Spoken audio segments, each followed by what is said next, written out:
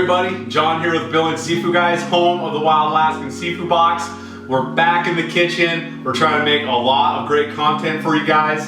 So Simple Seafood Recipes is back. We're doing another air fryer recipe because we are loving these seafood recipes in the air fryer. They're quick, they're easy, and they're really good. So today we're gonna do scallops in the air fryer, and we're excited for this one.